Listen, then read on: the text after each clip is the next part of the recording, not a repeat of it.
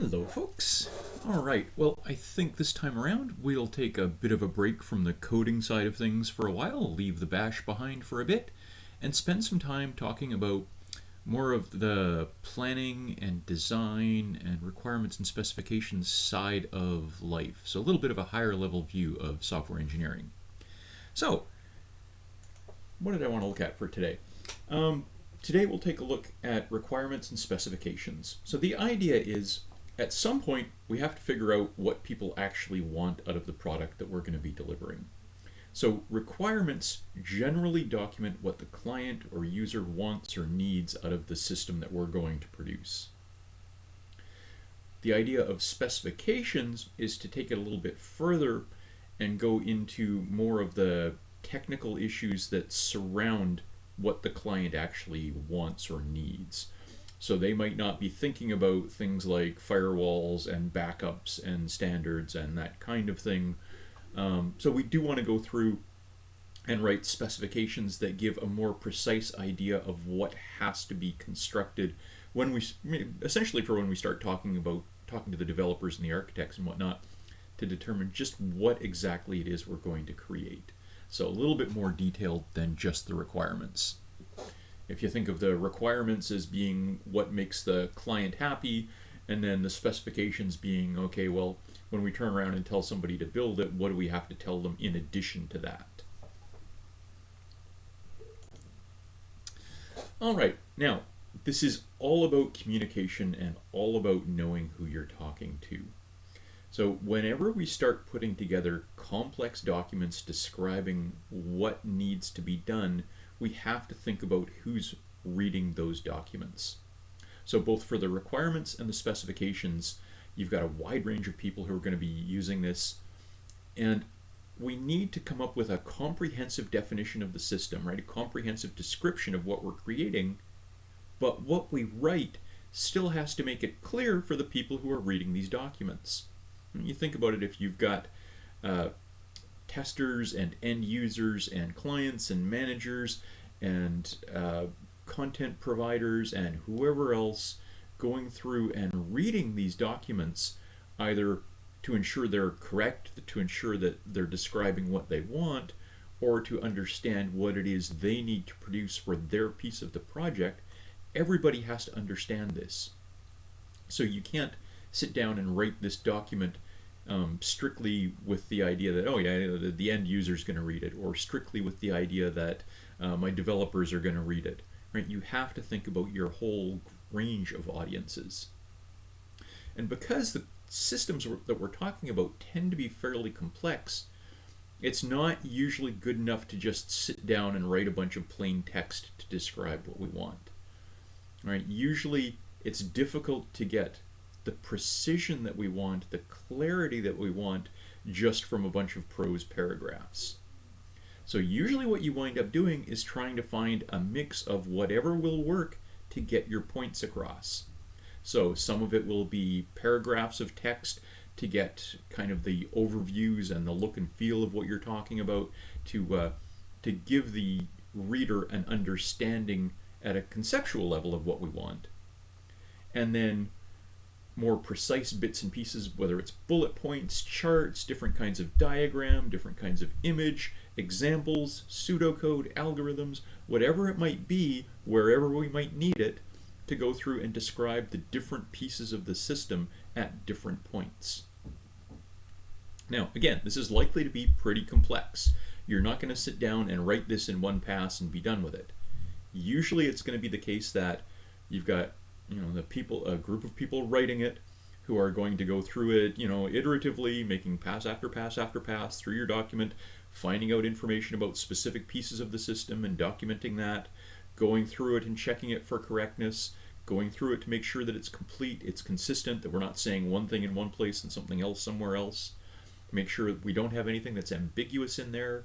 Going back to the clients, going back to the end users to make sure that what we're describing really is what they want. Right? So this does tend to be a very iterative process. Now, in the systems analysis course, you're going to go through and focus on this in a lot more detail. right? Going through this process of actually gathering requirements from users and trying to document all this in an intelligent fashion. For this course, we're not going to go into that kind of depth, and we'll mostly focus on just the specification side, right? Just the side that goes to the actual developers to implement whatever, to build whatever it is we actually want.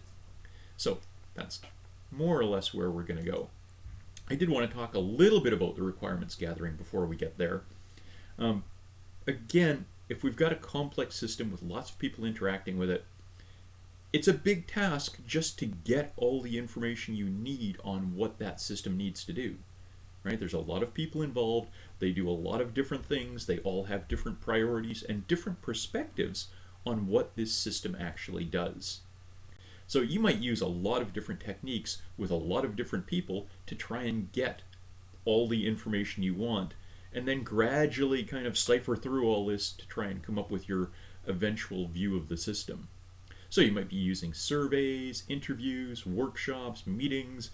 You might observe what they're doing now. You might go through the documentation they have now, the data they have now, the system they have now to try and understand what it's currently doing, to look at where you need to go from there to get what they actually want.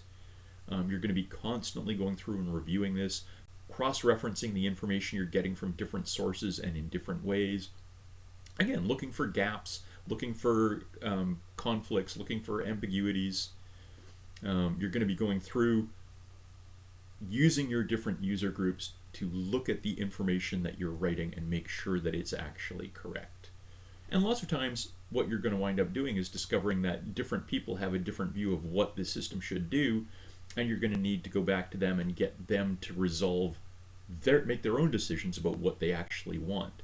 If one of their users says it should do this and a different user says it should do something else, you have to resolve that and say, well, which is the right one? Which is the one that the client wants in the long run? So that is all part of the process that would be typically carried out in the early phases of a project. And again, we're kind of ignoring the agile side of things for now. Okay, getting back to the specification side, where we're actually looking at documenting what we're going to create. So essentially the information we're going to give to the developers to turn this into a real working system. We'll take typically a kind of traditional approach to the way that you've actually written code in the past, where you take it in sort of a modular approach to things, a top-down approach possibly, where you're going through and saying, okay, from a high-level perspective, what does it need to do? From a high-level perspective, what are the major components, the major subparts of it? And then we'll dive in and say, okay, well, what are the things that this part needs to do? What are the things that that part needs to do? And so you're going through and constantly saying, I'm going to abstract away the gory details that are inside any one part and just focus on the high-level view for this piece of the system right now. You might find yourself using a sort of object-oriented technique along the same lines, where you're breaking down your description of the system into a collection of interacting objects. Same sort of idea. You've got the outside perspective of what this kind of object is going to do, what kind of services it's going to provide, what kind of information it's going to use, but you're leaving the gory details to be described, when you get to that section in detail. So it is very much a top-down, a modular approach to things. And this is going to be true throughout a lot of the different activities you carry out in a typical software project. Right? You're going to go through and say, okay, high-level view, what are the big pieces? Then I'll dive in and look at the individual pieces in more detail. They can be broken down further into smaller pieces. Then you can go into even more detail when you look at those. But the top-down approach, the modular approach, is usually a pretty good idea. All right, in terms of writing this stuff up, again, we've got this idea of a requirements document someplace that tells us what will make the users happy, what they want, right? What, from their perspective, this thing needs to do. So when we're writing the specifications document that's essentially outlining how we're going to get there, we're probably going to be going back and cross-referencing, I need a system, I need this piece of the system to do this, and cross-reference it to the requirements document to basically say, because they need blah. So you've got this idea of none of these documents really exist in isolation. They're typically going to be referring to each other and say, okay, well, this exists because of some other reason. So again, when you're writing documents, you want it to be a usable document. So usually you're going to start off with a kind of high-level, readable, intuitive introduction to the system. Right? Something where people can read it and get a feel for, oh, that's why people want it, this is what it's going to be for, this is the general idea, and then start getting into deeper and deeper details. Right? Then start going into the core functionality, the priorities, the key roles of the people involved in it. And you're going to provide all sorts of support for a document like this, right? Table of contents, index, glossary, appendices, contact information, etc., etc. You want to make sure that whoever's using it can find the relevant information for them quickly and easily, right? The developers that are working on one part of a system need to be able to find the gory details on it fairly quickly, but they probably also need to get information on how their piece of the system interacts with other pieces. So they might need a bit of an intro to the other pieces that it's going to interact with. Right? You want to make sure this is easy to find. So some of the things to keep in mind while you're writing this. Again, lots of different people need to be able to read this. The analysts need to be able to read it to verify it matches what's in the requirements. Managers and developers and testers and maintainers all need to be able to read it and understand it as the basis for their part in the project. You need to keep it up to date, right? You're going to be making changes as this goes on, and you need to go back and rewrite your specifications. As requirements change, update your specifications. You discover problems during implementation, and that requires changes to the specifications or the requirements. Again, you want to go back and make sure that all your documentation reflects reality now, not what the reality was when we started the project 6 months or a year ago. When you're going through and writing specifications, we want to make sure that, of course, we describe how something is supposed to function, how it's supposed to work under normal circumstances, but you do also want to make sure that you capture the concepts of error handling. What kind of things should it do in predictable circumstances that are undesirable? Right, so what happens if the user enters cruddy data for this? What's it going to do? If we lose our connection here, what's it going to do? Right, so going through and describing predictable error handling. It's probably also the case that we're going to need to address the quality aspects. How fast should it run? How fast should it react? What kind of loads should it be capable of dealing with? How much bandwidth do you expect it to consume, and what should be sufficient for it to work with? What kind of memory use do you expect it to have? That kind of thing. So, or what kind of restrictions do you want to place on memory use? It can't use more than this amount of memory for this many users. Right? These kinds of ideas should probably be in the back of your mind. If there are key constraints that the system has to adhere to, you want to make sure those get documented clearly, someplace where the developers are going to find it, and someplace where the testers are going to find it. Now, one of the biggest tricks is to make sure that this actually describes things consistently throughout the document. It's really easy when you've got a complex system with multiple people writing the documentation and lots of different people involved in the requirements gathering to find yourself saying at one point in the document that under these circumstances the system has to do this, and someplace else in the document to say it has to do something else, right? People have different ideas of what it's supposed to do in terms of error handling, or what order different events are supposed to happen in, or who's supposed to be entering different kinds of information, or what format that information is in. So you need to make sure that your document is consistent and unambiguous. You need to make sure that you avoid the kind of vague, fuzzy terms when you're writing about things. It's really easy to sit down and have the user tell you that, that it has to be responsive, it has to be fast, it has to be easy to use. But if you put statements like that into your requirements or into your specifications, that's way too vague to ensure that everybody's on the same page when it comes to implementing the system. If somebody tells you that the system has to be fast, well, one developer's view of what fast is going to be a lot different than another developer's view, or a client's view, or an end user's view. So ideally, we want to come up with wording that makes something clearly testable, where I can look at a specification or I can look at a requirement and come up with a test that's going to be a yes or a no. Does this product meet that requirement, meet that specification? Right? Something that's testable, something that's yes or no, something that's quantifiable, something that we can all agree on. Yes, this is successful. No, this is not. So this kind of gets us into the idea of the non-functional requirements. These are things like the performance requirements that I was talking about earlier, where it's not so much a matter of, when the user types in this, it must do this. It's more expressing the qualities and performance aspects as it runs. So discussing things like the speed it has to run at, the amount of memory that it uses, how easy it is to use or how easy it is to learn, how reliable it is, right? All of the different qualitative aspects of the system.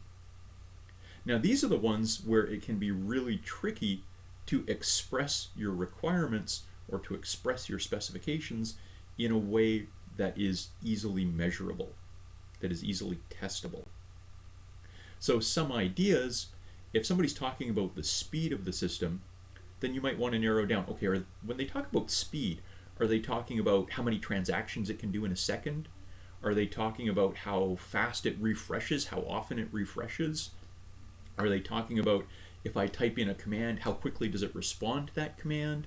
So there's all sorts of different aspects, and you want to come up with some kind of quantifiable, measurable approach. So in terms of response time, you might say that for 98% of user commands, it must respond within 10 seconds or whatever it might be, or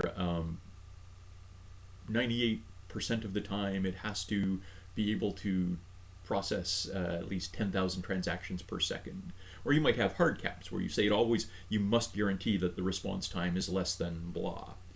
If you think about it, if you're coming up with specifications for some part of a game, it's not earth-shattering if once in a while you get some lag and it doesn't respond quite as quickly as you want. But if you're talking about the controls for a fighter jet or something, then fractions of a second really do make a huge difference, and you are likely to have these hard deadlines where if the data doesn't get here this fast and isn't displayed this fast, then the system doesn't work. As far as we're concerned, it is an unacceptable system. So you want to think about how you're going to word this kind of thing. If you want to talk about how big a problem the system has to be able to handle, it must be capable of handling this many devices connected simultaneously, or this many users, or it must be able to handle this many terabytes of information, or whatever it might be. Think about what exactly it is you're trying to describe when you're talking about size.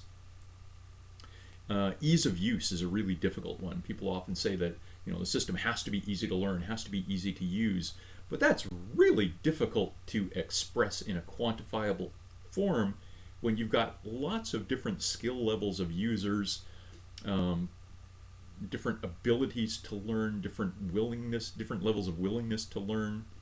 So you might try and express an average training time to learn core tasks, where you say, okay, well, out of 50 of if we get 50 new employees in, then on average within 10 hours they should be able to do these things, and list some key tasks. You might try and come up with metrics to say, okay, well, how often do people have to go back and look up help, or how often do people have to call the support desk, as kind of indicators of how easy the system is to use or to learn. But these things are, again, quite difficult to quantify. Similar idea. If somebody tells you that the system has to be reliable, well, what does that mean? Do you mean that it has to be up most of the time? Is it okay if the system's down for an hour once a week? Is it okay if one transaction out of every 50,000 gets dropped? Is it okay if it crashes twice a year? Is it okay if it's down on Sundays from noon till 4 for maintenance? What kinds of things do you really want to describe?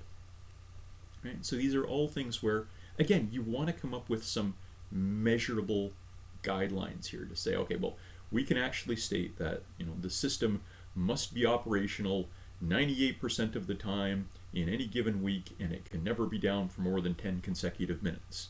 Whatever the measurements actually are, you're looking to come up with something quantifiable, something where you can look at the system, measure it over the course of a week or a month or a year or whatever it is, and say, yes or no, we met that goal, we met that specification. Now, we talked about this notion that we can write our specifications at a sort of modular top-down form. So you're going to find yourself doing things like writing the specifications for the system as a whole, writing the specifications for individual subsystems, writing the specifications for possibly modules within that, writing specifications for classes, writing specifications for individual methods, writing specifications for individual functions, right? The same concepts hold all the way through. So if you're going through looking at specifications for functions or subroutines or methods, right, you want to think about what you need to document, right? What's the purpose of this? What's the intended use? So people have got an understanding of exactly why they're creating what they're creating, beyond just I told you to build it, or beyond just I'm paying you to build it. You want to go through and specify what the normal behavior is. You want to go through and specify the exceptions, the error handling that you expect it to be able to deal with. And somewhere you probably want to document the things that are beyond the scope of this system. We're assuming that the user has a stable internet connection with at least this much this much bandwidth, whatever it might be. You might have a handful of core assumptions that you make that are documented someplace, and that the writer of the subroutine doesn't have to deal with things that violate those assumptions. It might be the case that you need to go through and specify, okay, these are the things that we know are true or supposed to be true before this subroutine is called, right? So the developer knows what they can rely on, what's already taken care of by somebody else. And similarly, you might specify post conditions, where these are the things that have to be true by the time this subroutine finishes. Right? So essentially, the subroutine is responsible for filling the gap between the preconditions and the post conditions. You might want to go through and specify clearly what input data it takes. What does it take as parameters? What does it take as data from other systems? What does it take as data from users? And what does it have to produce? What's it giving as return values? What's it generating as output? Where's that going? What's it sending to wherever it might be sending data? Right, so this is all information that we're trying to document so that whoever goes off and writes this knows exactly what they have to create. And they can convince themselves that if I've met all of these specifications, then this is an adequate version of this particular subroutine, for instance. So these are all things that we want to go through and try and get documented. So we're always trying to strike this balance of be detailed but be clear, right? Have high quality specifications that people can understand and work from. Right, so you're always trying to make sure that you've got clear constraints on the data that you're working with, any assumptions that exist, right? Trying to make it clear what people should have in the back of their mind when they're going through reading this. You're trying to write with everybody in mind. Again, think about the people that are going to be reading this, the testers and the developers and whatnot. Make sure that you've got documentation standards as well as just code standards. right? So that this documentation that we're writing, the specifications that we're writing, the requirements that we're writing are, again, well written, clear, rigorous. They're following standards just like the code will. So this is all stuff to think about when we're putting together requirements documents, when we're putting together specifications documents. We'll see it later when we come back and start talking about test plans, but it's all stuff to consider when we're putting together our documentation. All right, lots of stuff to look forward to. We will pick up with more discussion on the design side of life in the next session.